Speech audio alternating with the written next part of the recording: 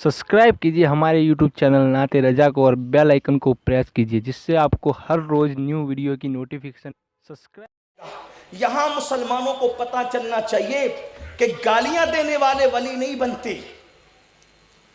एक दूसरे को अपनी जाती दुश्मनी की बुनियाद पर काफिर कहने वाले वली नहीं बनते,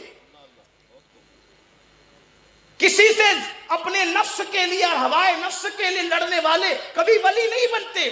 विलायत उनको मिलती है जिनके दिल साफ होते। क्यों? इसलिए कि जिस दिल में बंदों की दुश्मनी बैठी हो उस दिल में यार की दोस्ती कैसे बैठ सकती है? दिल तो एक ही है, उसमें गंदगी और पाकी दोनों जमा नहीं हो सकती। एक दिल में गंदगी और जिस दिल में कीना की नापाकी होगी उस दिल में अल्लाह के अनवार की पाकी नहीं आ सकती। तो पहले दिल पाक होते, कीनों से दिल साफ होता है, तब मकाम मिलता है विलायत का मकाम। आइए मैं आपको बताऊं कैसे होते हैं वली लोग, थोड़ा सा उसकी तरफ देखें। अब तक तो हमने यही अंदाज देखा ना, हवा में उड़ने वाले, पानी पे चलने वाले, शोबदे करने वाले, यही हमारे पास मशहूर है। और छोटी छोटी बात पे धमकी दे दें, तू मुझे रोटी नहीं देता मैं तेरी पेशाब बंद कर दूंगा।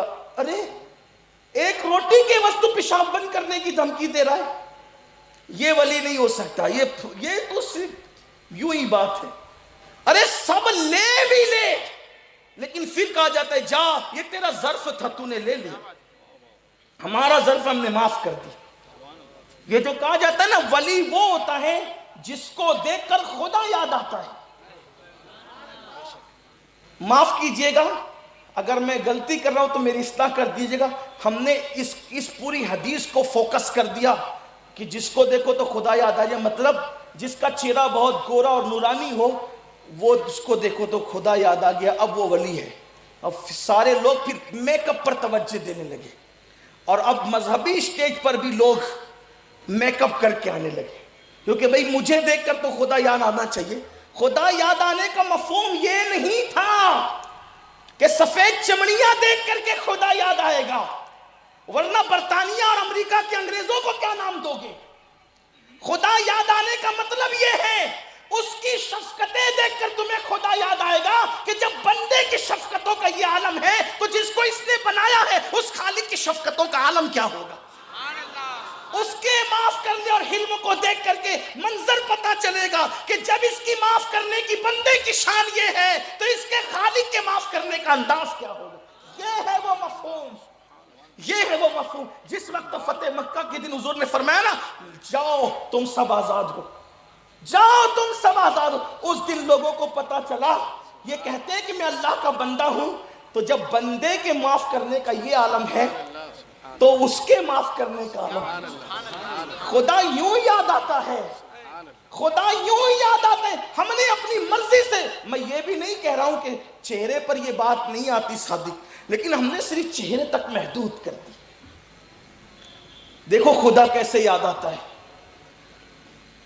दो तीन बातें इसलिए कि आज की महफिल में मैं कोई खुसूसी मुकर्रिर नहीं हूं, वैसे भी मैं कोई मुकर्रिर नहीं हूं, लेकिन आपने आज की महफिल के लिए जिस खास मेहमान को बुलाया है, हमारे अमीर वो अनकरीब तशरीफ लाने वाले हैं, इसलिए मैं जल्दी से चलना चाहता हूं। वो कीना नहीं रखता, वो लड़ता नहीं है लोगों से, वो आग नहीं उगलता, वो शोले नहीं उगलता, बड़ी नरम तबीयत होती है उसकी, बल्कि उसका ज़र्फ इतना होता है कि लोगों पर आने वाली मुसीबत को वो अपने सर लेता है।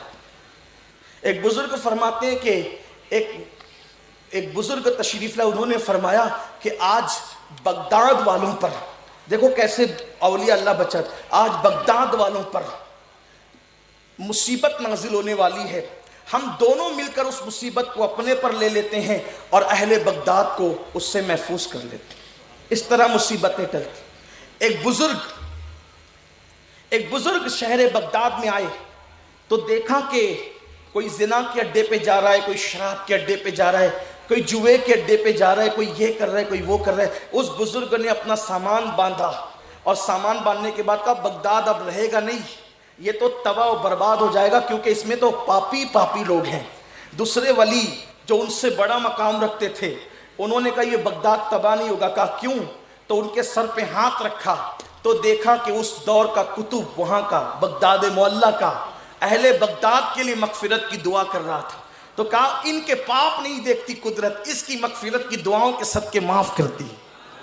اس طرح ان اولیاء کے صدقے میں تم محفوظ رہتے ہو، تمہیں بلاؤں سے محفوظ کیا جاتا ہے۔ اولیاء کا وجود بڑا قیمتی ہے۔